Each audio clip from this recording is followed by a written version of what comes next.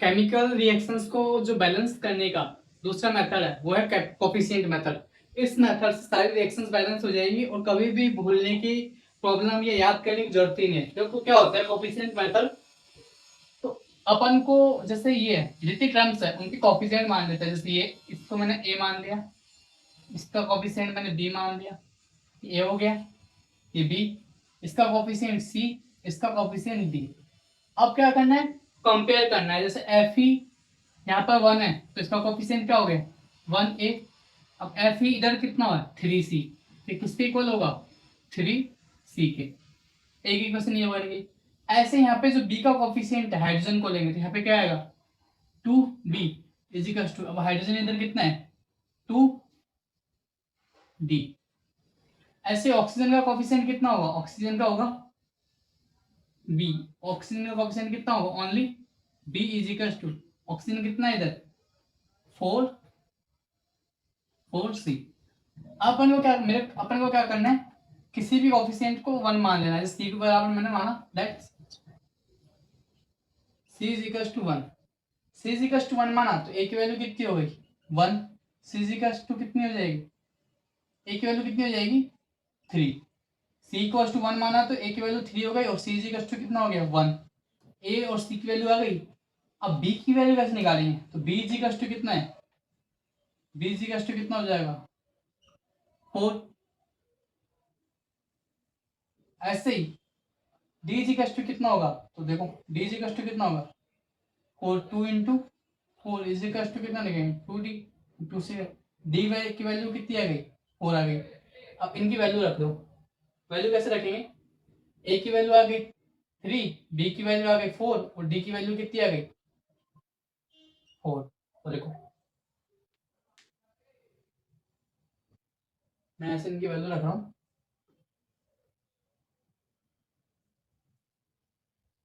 a की जगह 3, b की जगह कितना रखना है 4 और c की जगह कितना रखना है 1, तो 1 लिखेंगे नहीं, d की जगह कितना लिखना है 4। वही केमिकल रिएक्शन बैलेंस। अब देखो Fe कितना है इधर 3 है, Fe कितना है 3, तो Fe कितना हो गया 3 हो गया। इधर कितना है Fe 3, ऐसे ही ऑक्सीजन कितना है इधर 4, इधर ऑक्सीजन कितना है 4, हाइड्रोजन कितना है इधर 4 टू जा 8, इधर कितना है 4 टू जा 8। इस तरीके से अपन कोफिशिएंट लेके भी क्या कर सकते हैं, इक्वेशंस को सोल्व कर सकते हैं। जैसे मैथमेटिक्स में कोफिशिएंट सोल्व करे, जो वैल्यू आ रही है वो पुट अप कर दी। एक और एग्जांपल लेते हैं,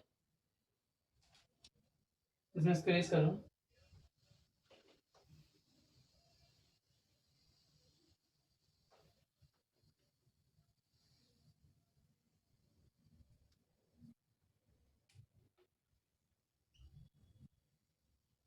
FeSO4 को जब अपन हीट दें तो ये किसमें टूट गया Fe2O3 एंड SO2 और SO3 में। इसको रिएक्शन को बैलेंस करना है तो यहाँ पर अपन को क्या ए मान लेना है, इसको बी, इसको सी और इसको अगेन डी।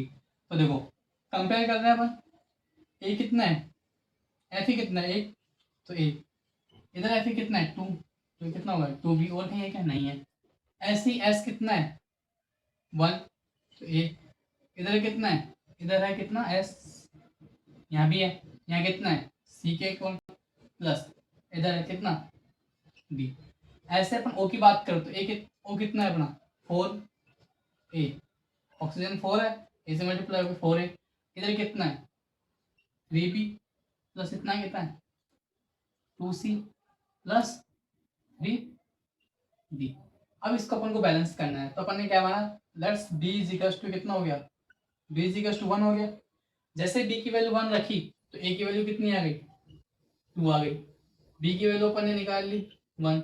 अपन को b c और d की वैल्यू निकालनी है तो c की वैल्यू कैसे आएगी, यहाँ पर a की वैल्यू 2 रखेंगे अपन, इस इक्वेशन में 2 रखेंगे तो रखो 2 इज इक्वल्स टू कितना आएगा c प्लस d।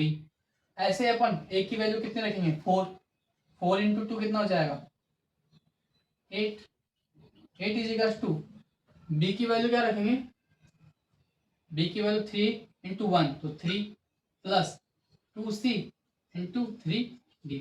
ये इक्वेशन हो गई कितनी, इस इक्वेशन को सोल्व करेंगे तो फिर इधर जाएगा 5 इज इक्वल टू हो गई 2c प्लस 3d। अब इक्वेशन 1 और इक्वेशन 2 दोनों को सोल्व कर सकते हैं एलिमिनेशन मेथड से। तो यहाँ पे क्या आएगा c plus D is equal to 2। तो इसको इक्वेशन को मैं 2 से मल्टीप्लाई कर देता हूँ।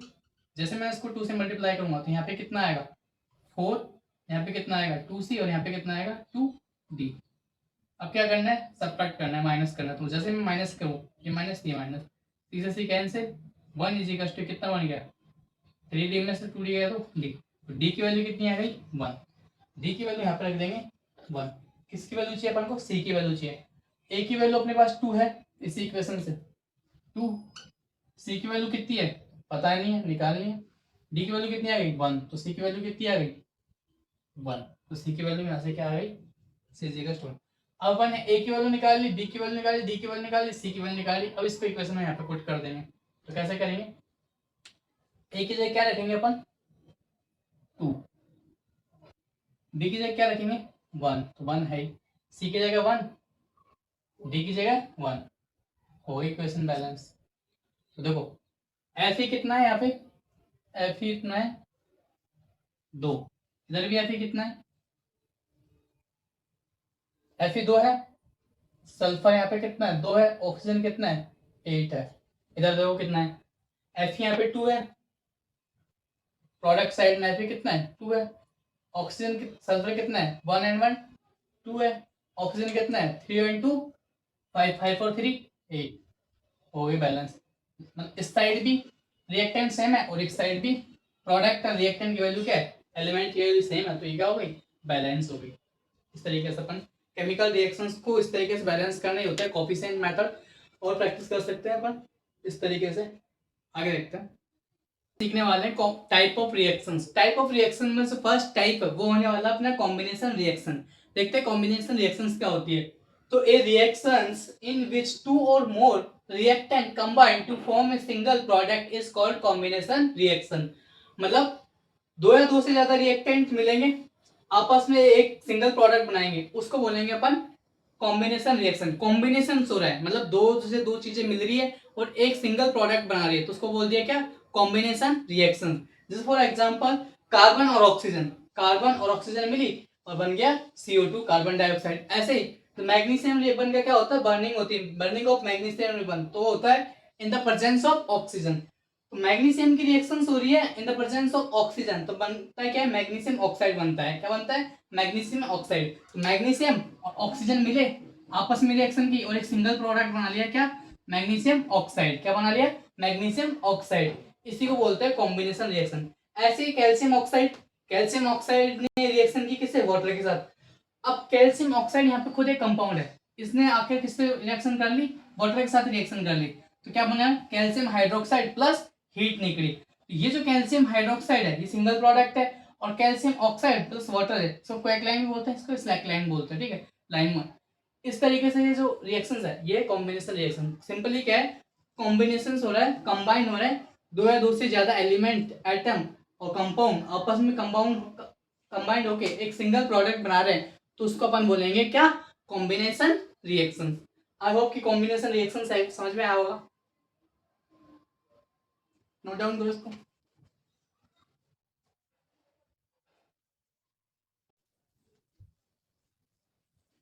सेकेंड टाइप जो है chemical type of chemical reactions का वो है डिकम्पोज रिएक्शन। कौन सी है डिकम्पोज रिएक्शन। देखो डिकम्पोज रिएक्शन में क्या होता है ए रिएक्शन इट में सिंगल रिएक्टेंट, इसमें क्या होता है single reactant break down and form 2 और more products is called decompose reaction.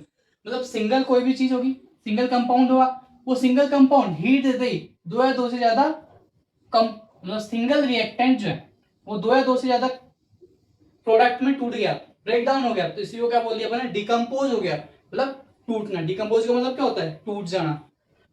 ऐसे लेड नाइट्रेट है PbNO3 है, इसको हीट देते हैं ये lead oxide and NO2 nitrogen dioxide और ऑक्सीजन में ब्रेक डाउन हो गया। मतलब देखो सिंगल रिएक्टेंट था, सिंगल रिएक्टेंट जब दो या दो से अधिक, दो या दो से ज्यादा कंपाउंडों में ब्रेक डाउन हो जाता है, ये प्रोडक्ट्स में ब्रेक डाउन हो जाता है, तो उसको बोलते हैं अपन डिकम्पोज रिएक्शन। ऐसे AgCl था लाइट, ये लाइट की प्रेजेंस में Ag में और Cl में ब्रेक डाउन हो गया। इसी तरीके से अपन एक और एग्जांपल लिख सकते हैं इसका, जैसे फेरस सल्फेट होता है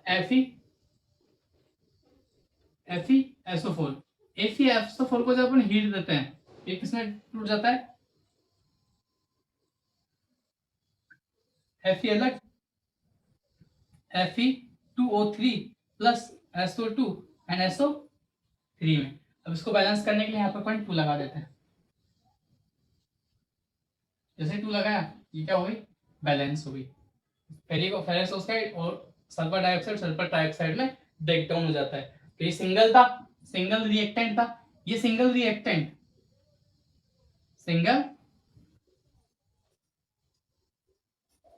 जो रिएक्टेंट्स है ये मल्टीपल इसमें प्रोडक्ट्स में ब्रेक डाउन हो गया, इसी को बोलते हैं डिकम्पोज रिएक्शन। अब जो डिकम्पोज होता है अलग अलग तरीके से होता है, मतलब डिकम्पोज जो है वो इलेक्ट्रिसिटी के थ्रू हो सकता है, सनलाइट के थ्रू हो सकता है, थर्मल डिकम्पोज हीट के थ्रू हो सकता है। देखता अपन टाइप ऑफ डिकम्पोज में भी 3 टाइप से डिकम्पोज हो सकता है, 3 टाइप से कोई भी रिएक्शन ब्रेकडाउन हो सकती है। देखो कैसे,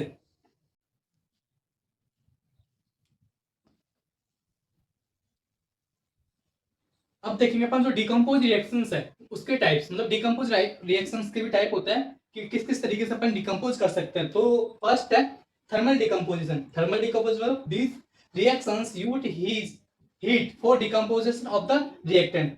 इस टाइप इन रिएक्शंस में क्या होता है, हीट दी जाती है, हीट देके अपन किसी भी रिएक्टेंट को दो या दो से ज्यादा कंपाउंड में या प्रोडक्ट्स में स्प्लिट कर देते हैं, ब्रेक डाउन कर देते हैं। जैसे calcium carbonate CO3 calcium carbonate की हीट दी और कैल्शियम ऑक्साइड और CO2 में ब्रेक डाउन हो गया।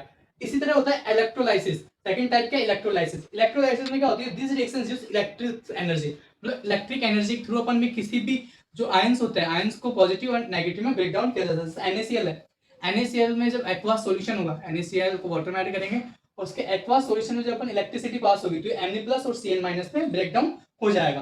तो डिकम्पोज हो रहा है, NaCl पहले एक सिंगल कंपाउंड था, वो Na+ और Cl- आयंस की फॉर्म में क्या हो गया, डिकम्पोज हो गया।